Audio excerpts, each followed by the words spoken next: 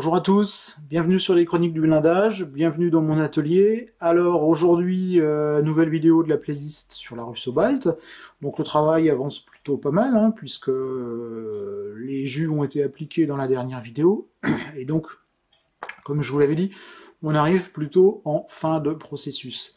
Donc aujourd'hui, je vais reprendre pour la troisième et dernière fois le camouflage blanc, puisqu'à chaque séance de patine, on l'a réassombri. Comme je l'avais expliqué, il était aussi un petit peu tranchant, les bords étaient un petit peu vifs pour mon goût, ou tout du moins pour ce que je voulais faire là. Donc je l'avais aussi atténué avec de la peinture à mots. Aujourd'hui, on va passer chez AK, et on va utiliser du crayon aquarellable, donc blanc bien entendu. Donc l'idée, ça va être de reprendre certaines tâches, certains endroits, on va pas reprendre l'ensemble, pour créer des points de blanc un petit peu plus clairs que le reste, ce qui va, côté visuel, ce qui va donner une attraction supplémentaire côté visuel. Voilà, c'est les mots que je cherchais.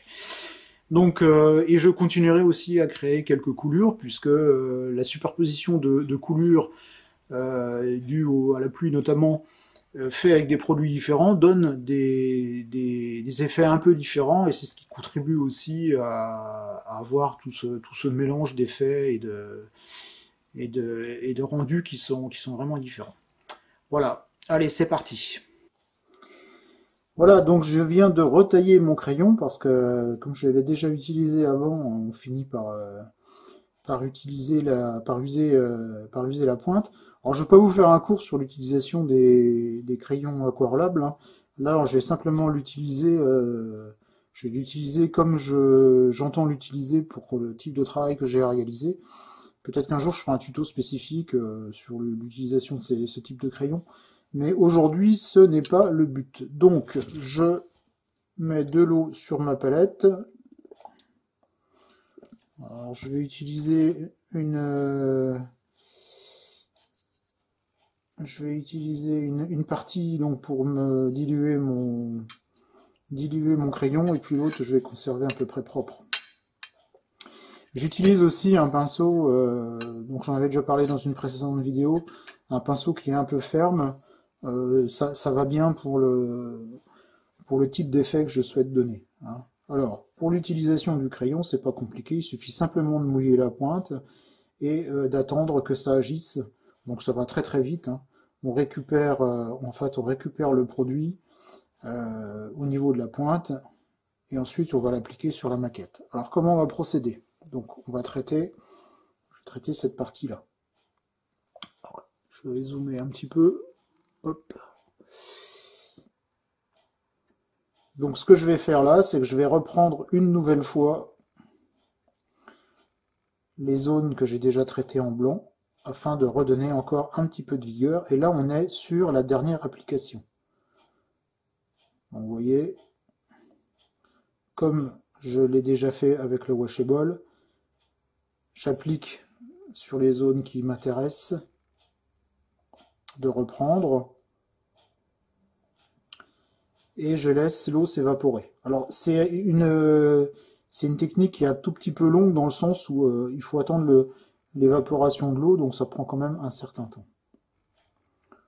Donc voilà, pour l'instant, je me contente simplement d'appliquer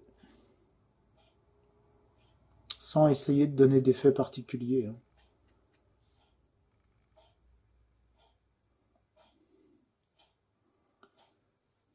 Alors j'ai déjà traité des surfaces de l'autre côté, hein. Mais comme je pouvais pas filmer, du coup j'ai pas fait de vidéo sur la partie que j'ai déjà traitée. Mais de toute façon, le processus est strictement identique à celui que je vous présente là, bien entendu. Il n'y a pas de différence.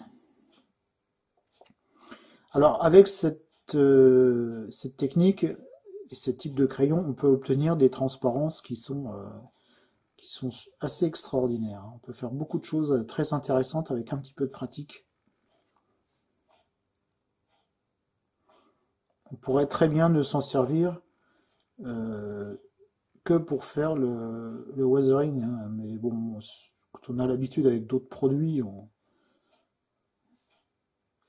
On utilise un peu ce avec quoi on se sent à l'aise, mais on pourrait très bien ne s'en servir que pour faire des effets de patine.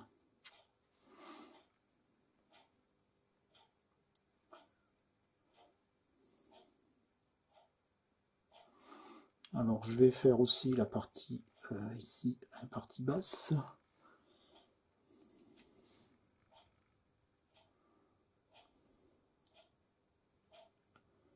Voilà.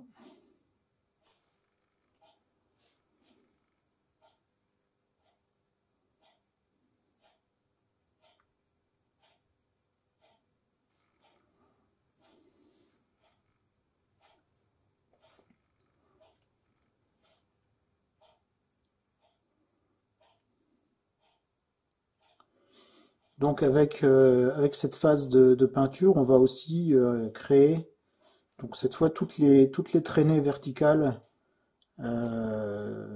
qui représentent en fait les traînées réalisées par les eaux de pluie avec cette fameuse peinture, ou voire parfois c'était un camouflage qui était simplement réalisé à la craie, voire à la chaux, enfin un petit peu avec les moyens du bord.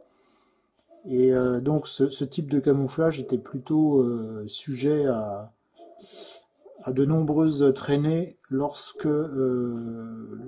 pleuvait ou lorsqu'on avait de la neige qui fondait, enfin etc. On va dire qu'il était réactivé par les intempéries. Et cette réactivation faisait que on avait tout un tas d'effets qui étaient créés à la surface de la carrosserie.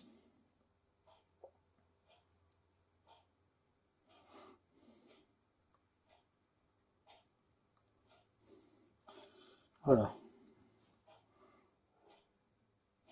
Alors c'est pareil, hein, je ne traite pas en une seule fois, vous verrez.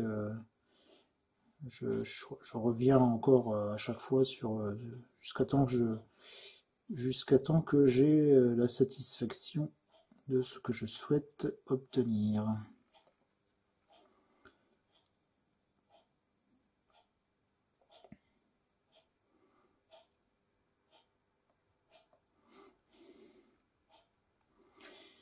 Donc voilà, je vais commencer à travailler ce que je viens d'appliquer. Alors ce qu'il y a de bien aussi avec les crayons aquarellables, c'est que le processus ne fait jamais de prise définitive. Alors c'est bien et pas bien. Avec de la peinture, même du washable, si vous ne le travaillez pas dans un temps imparti, après ça devient très compliqué de venir le redissoudre et de venir le retravailler. Par contre, avec ce type de produit, vous pouvez revenir 3 mois après et vous pouvez revenir retravailler dessus. Alors c'est pour ça que, évidemment, c'est un produit qu'il faut qu'on utilise en tout dernier lieu, parce que derrière, on ne peut plus faire grand-chose, si ce n'est que de venir revernir. Mais lorsqu'on vernit, on casse un petit peu, malgré tout, les effets qu'on a réussi à donner. Donc, c'est pas quelque chose que je recommande. En tout cas, c'est pas quelque chose que moi, j'aime faire. Voilà.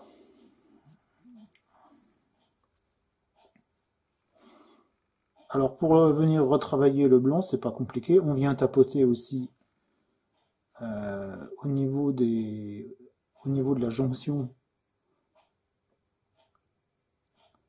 du produit qu'on vient d'appliquer et de celui qui était déjà appliqué avant pour fondre, voire en enlever. Alors, par exemple ici sur la trappe, je vais faire une petite ligne hop, qui donne un peu de volume. Je vais laisser que ça sèche un petit peu.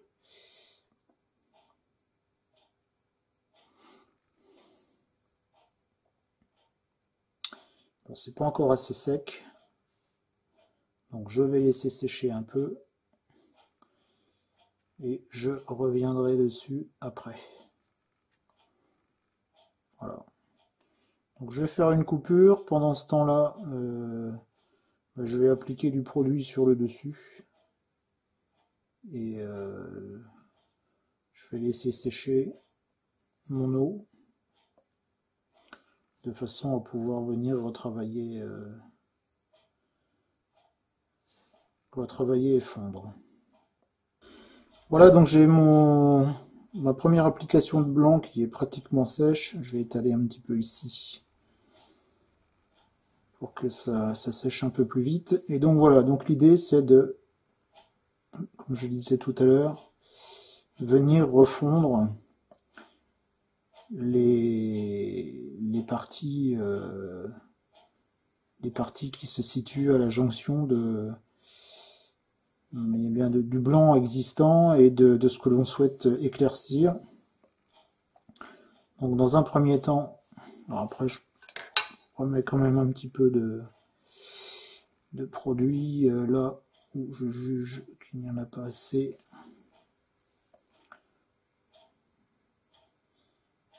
Donc, vous voyez, hein, il suffit simplement dans un premier temps de venir fondre.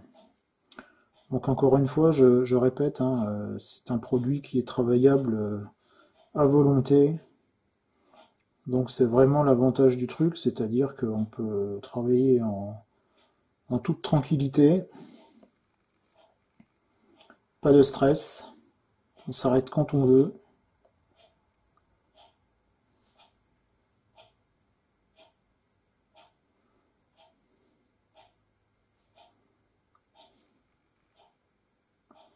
Donc là j'en remets un peu parce que en s'évaporant, l'eau a laissé quand même transparaître la base.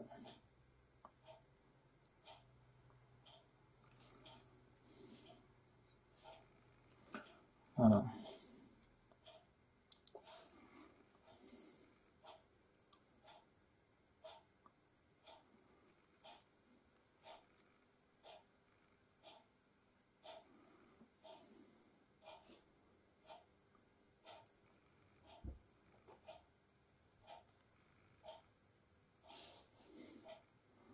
Vous voyez, par exemple ici, hein, j'ai une arête bien tranchée, bien nette. Donc je viens la fondre. Alors je vais venir encore rajouter du produit après, je vais bien laisser sécher. Ma première application.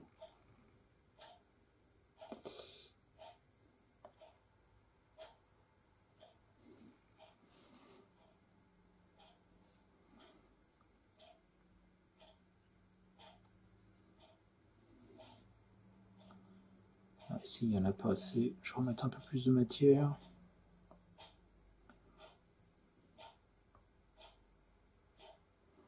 Bon, l'avantage, c'est qu'on peut reprendre aussi carrément des zones qui ne donnent pas satisfaction. Il n'y a pas de limite hein, dans ce qu'on peut faire. Hein.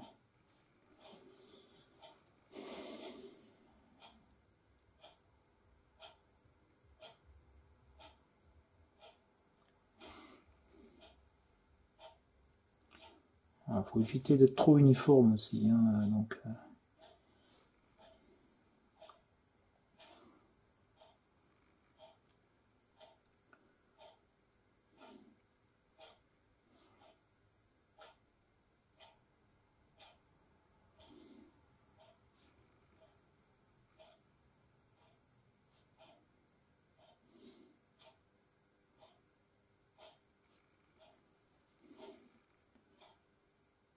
par exemple, je vais traiter cette zone-là. Alors, je vais la laisser comme ceci. Ensuite, je vais commencer à créer mes premières couleurs verticales. Alors, qui viendront s'additionner à celles que j'ai déjà créées. Mais ça évite encore une fois d'avoir quelque chose de trop uniforme. Puisque j'en ai déjà réalisé avec du washable, donc qui ont pris une certaine forme et qui ont une certaine consistance. Et donc là, je vais en recréer d'autres avec un autre type de produit pour obtenir quelque chose d'un petit peu différent. Et c'est l'addition de toutes ces techniques qui font qu'à la fin, on arrive à un résultat qui n'a rien d'homogène, et c'est tout à fait ce que j'en cherche. Quoi. Je veux quelque chose qui comme dans la nature, comporte beaucoup de variétés dans son style, sa forme, ces différentes façons d'avoir été soit appliquées s'il s'agit d'une application, soit traitées par les intempéries, comme ici.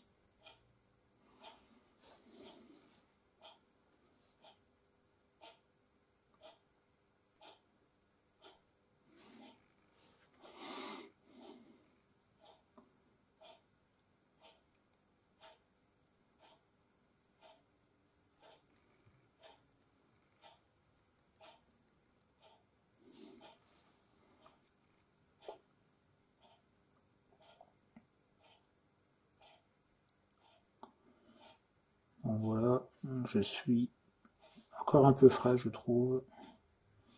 J'aurais préféré quelque chose d'un peu plus sec, mais ça va le faire.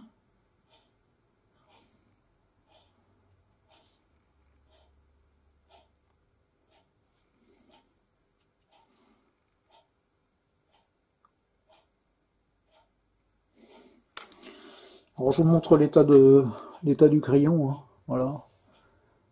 Donc tout à l'heure j'avais une pointe bien effilée. Donc là j'ai quelque chose de quand même plutôt usé. Donc, il va bientôt falloir que je le retaille.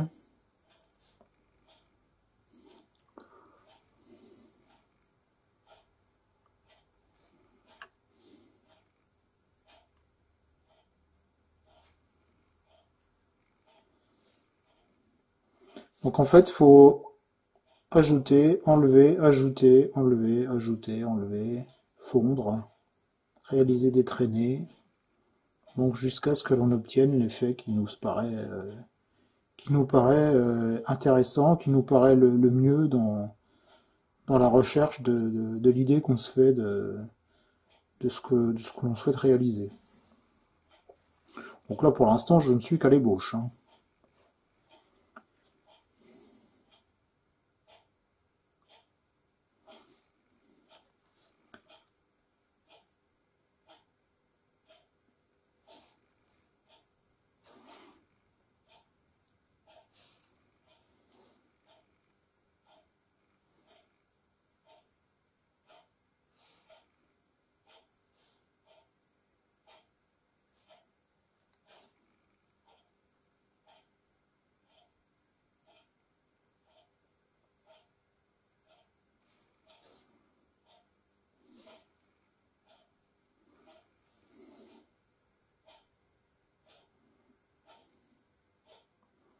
Vous voyez donc la façon dont je fonds les zones.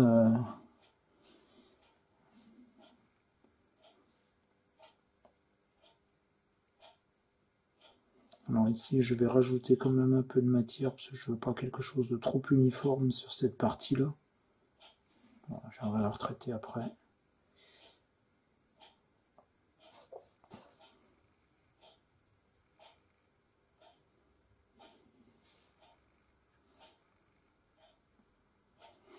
Donc je commence à donner quelques coups verticales pour créer mes coulures. Donc on voit bien hein, que ça perle, hein, ce que je disais tout à l'heure, cet effet de perlage qui, euh, qui restitue bien les effets de coulure de pluie mélangés à de la poussière.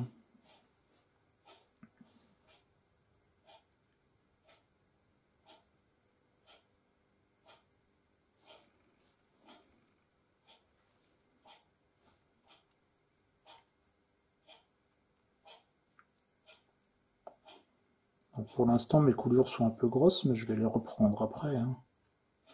Je vais affiner tout ça.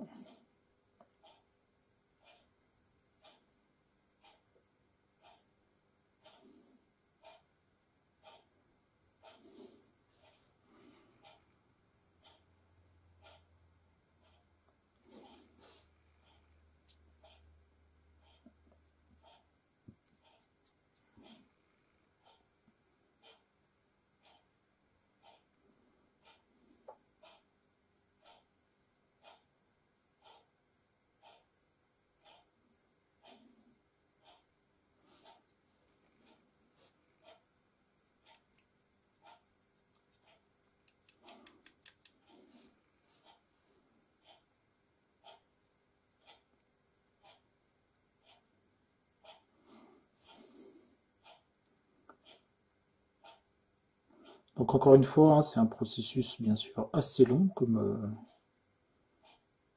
tout ce qu'on fait en général, et qui se monte petit à petit, hein, comme je disais tout à l'heure, par enlèvement, ajout de matière, etc., etc.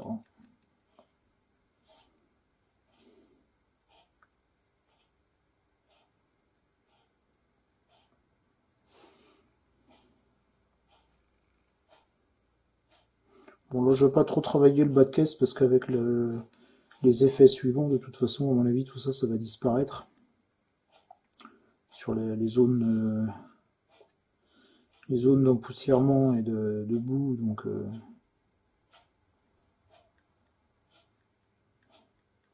pas la peine de trop insister à ce niveau-là.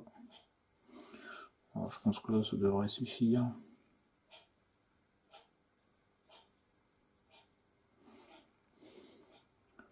Donc je traite la partie basse de la caisse pendant que la partie haute sèche un petit peu.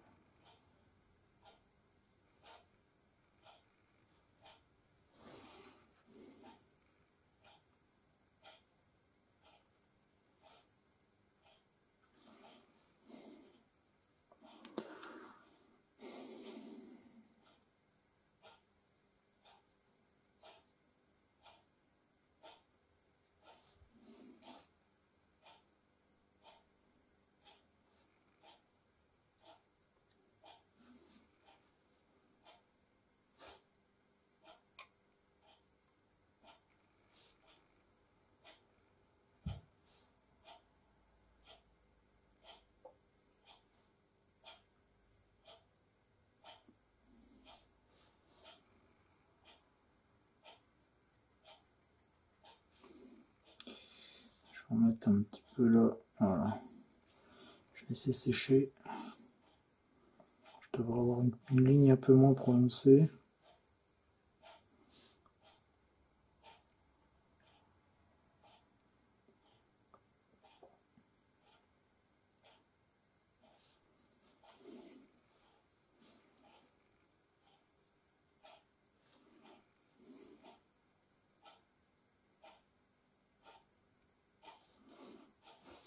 Alors pour obtenir des lignes plutôt verticales, voilà comment je procède en règle générale. Donc je les prépare, je zoome un petit peu, je les prépare et ensuite je viens, plutôt que de travailler dans ce sens-là, je travaille dans ce sens-là avec mon pinceau incliné de cette façon.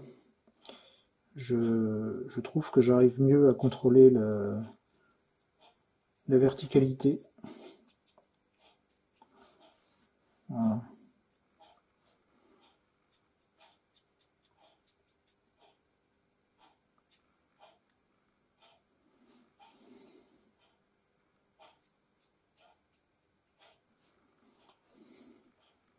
Après, il faut pas en faire le trou, il faut savoir bien doser. Hein. Faut laisser aussi apparaître le vert.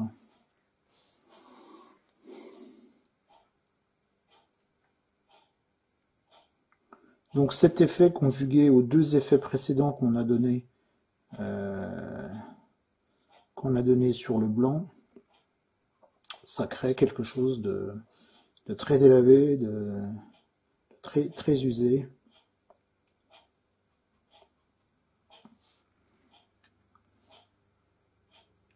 Donc tout à fait dans le style de ce que je voulais.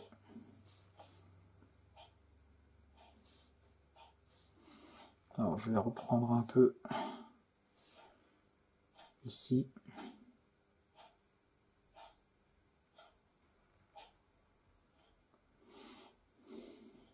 Là j'ai encore beaucoup de zones à travailler. Hein.